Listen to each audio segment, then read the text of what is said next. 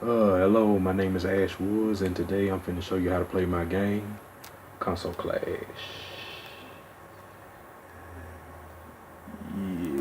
Yeah, let's just get started.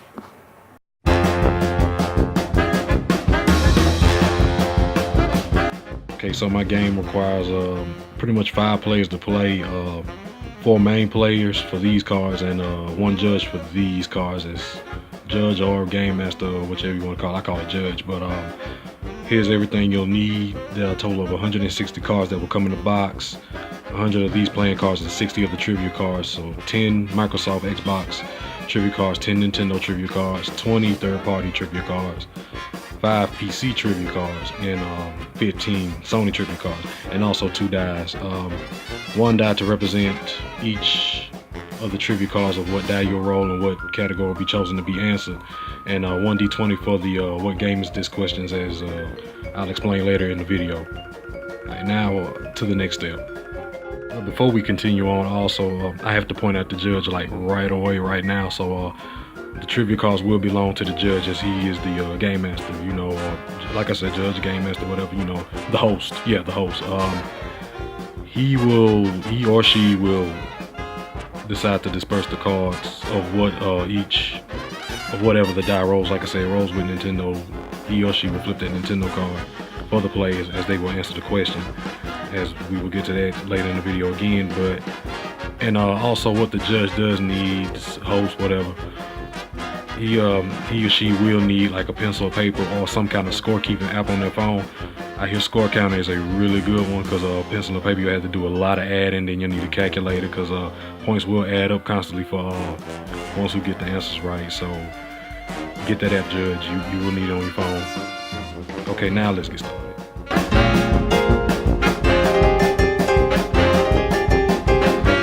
Okay, for each of the 4 main players, they will start off with getting 10 of the playing cards. Each playing card will have like a certain game on it to answer for their questions. So, but each player does get 10 cards. So, as it is 4 players, so there should be 40 cards drawn out. So there should be 60 cards left right in the deck. Now, as for each player, they should not draw more than 10 cards. They should not have more than 10 cards in their hand, I mean. But they can have as less as they want. Like, they don't have to have a hand of full 10, and they can pull off however many cards they want in their hand, as long as they don't go over 10. So at any time, they don't have to do it every round. At any time, they can decide to pull that card if they want. But yeah, 10 cards per player at maximum, and yeah, you should be ready to go.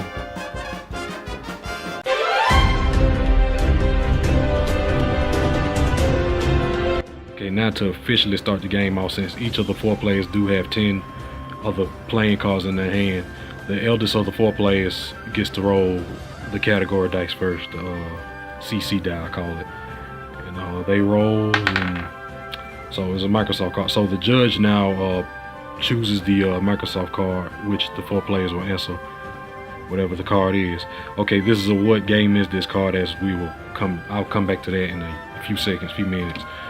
Let's try for another card. Games that are on the Xbox 360. So if those players do have,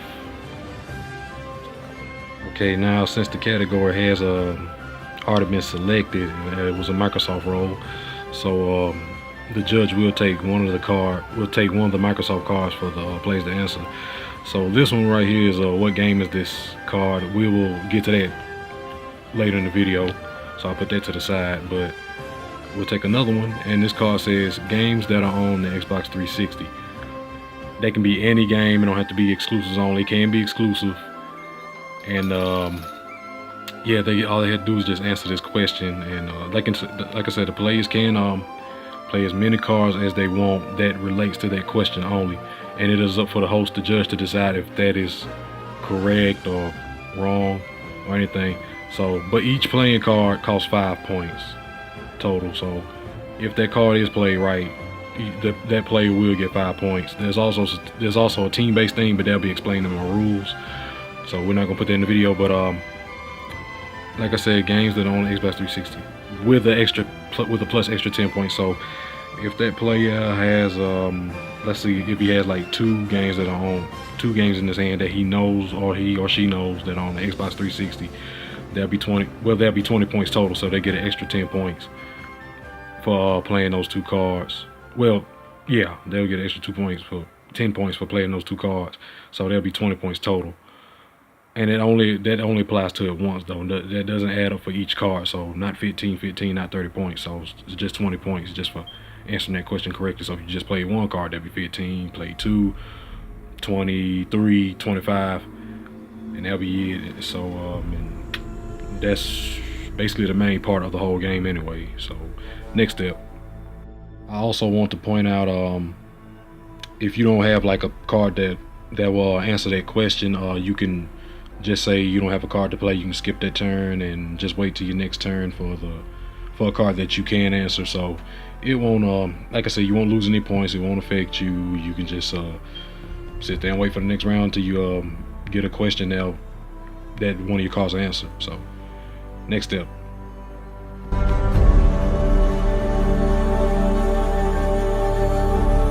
Okay, after the players have played a certain card that will relate to that question, they have to discard that card of what they played.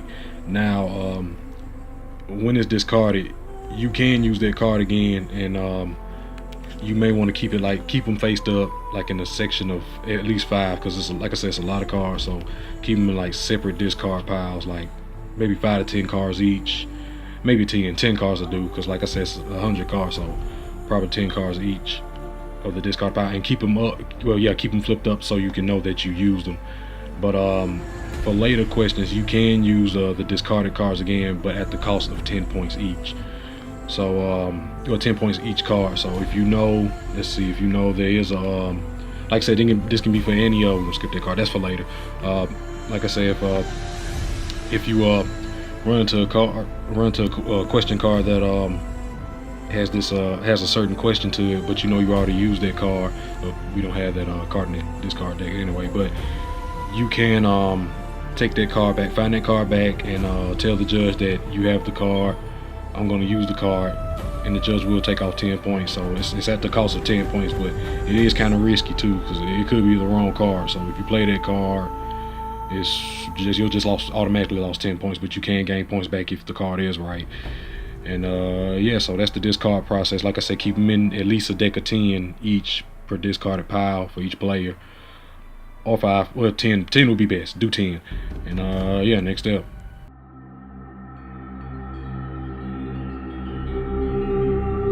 Okay, for the next rule, this next mechanic, it may be a little difficult for me to explain, but I'll try my best to explain it. This is called calling error. Now, if any player knows another player that automatically plays the wrong card and the judge doesn't catch that it's wrong, like the judge doesn't know if it's wrong, that player can automatically call out that player for playing the wrong card. Like, for instance, games that are on the Xbox 360. Forza Motorsport 7 is an Xbox game, but it's not on the 360, it's on the Xbox One. And now, any player can call that out, like I said, if the judge missed it. And what the player can do is just tell the player that card is wrong, and tell the judge, yeah, this player played the card wrong, and the judge will have to Google up the answer, or either automatically know it in his or her head, to say that, yeah, that's correct. But if that player does call that error, the player who played the wrong card will lose 10 points, while the other player gains that 10 points. But vice versa, if the player who made that call was just wrong for making the call, and that player was right on it, that player will gain 10 points, while the player who made the call loses 10. Like I say, it's more descriptive in the rules, but that's how calling an error works. Like I say, if the judge misses it, that's the only time you can call an error. But yet, error can be called pretty much at any time, like if the judge doesn't catch it. So, next step.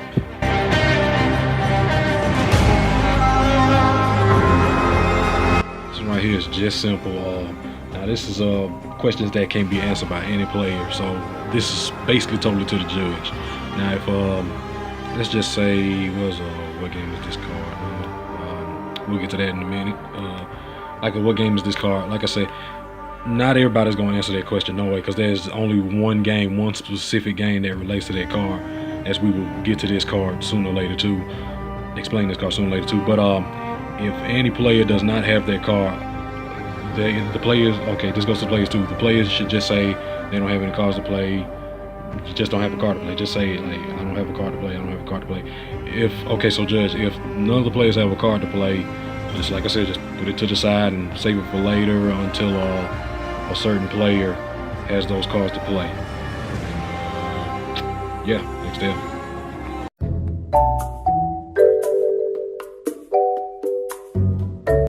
Now for if my camera could focus. Now for this side of the die, it's a black and white side of the die. Sorry, I have a bad camera phone. But yeah, this side of the die is the card swapping side, the hand swapping side for the player. It's just badly printed. It's an exclamation mark, but it was badly printed and badly painted too. Sorry about that. But it's the black and white side. Now, if the die rolls on that side, the main 4 players will have to give their current hand to the player right of them, so counterclockwise. So, like I said, what hand you got now? All 4 players just swap their hands to the player right of them. And well, like I said, depending on how they're sitting. But either way, all the players must swap their hand to the player right of them. And yeah, that's it for that die. Next step.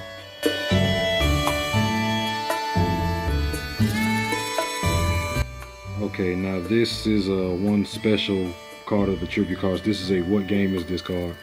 As you see here, the D20 multiplier. This is where the D20 will come in, but we will get to that in a second. But these cards do have a certain description of one specific game of the playing cards, just one game only. And like I said, not every player will have that card, but if none of the players have the card, the judge will just put that card to the side and save it for later until one of the players think they run the card. And if the judge doesn't automatically know, there will be a answer sheet in the back of the rule set for that judge. It's just like if the judge doesn't know what the game is to that question. But as it is, his description: 2 brothers lose a dice game with the devil and must collect souls for him to keep theirs.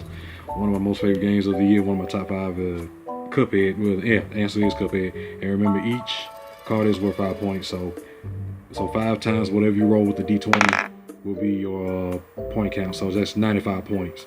See, 5 times 19 is 95, so you automatically get 95 points for that. And players do have like a few chances with that, a few chances of getting this card right. And yeah, that's what game is this. So that's it. Next step.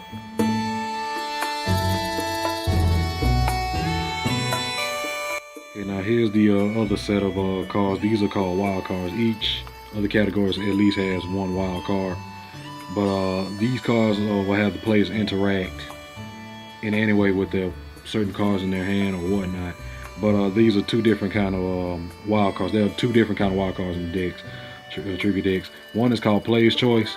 Now the Player's Choice do have like a certain action or certain actions that you can follow, but you can only choose one of them. You don't have to do all of them. Like this one, for instance, has discard 5 cards, replace a whole new hand with 10 new cards, or lose 20 points. And like I said, each player they have to follow it, but they can choose at least one of those if that card is played out. Now the other one is forced. All players do have to do this. They will have to follow what the force card says. So trade 2 cards with the player in front of you. For instance, they will trade those 2 cards for like I said, the players in front of them, they'll just trade those 2 cards. Like I said, there are more, but like force you have to do. Player's Choice, you can only choose one, but you will have to do it, but you can choose what whichever action they ask for.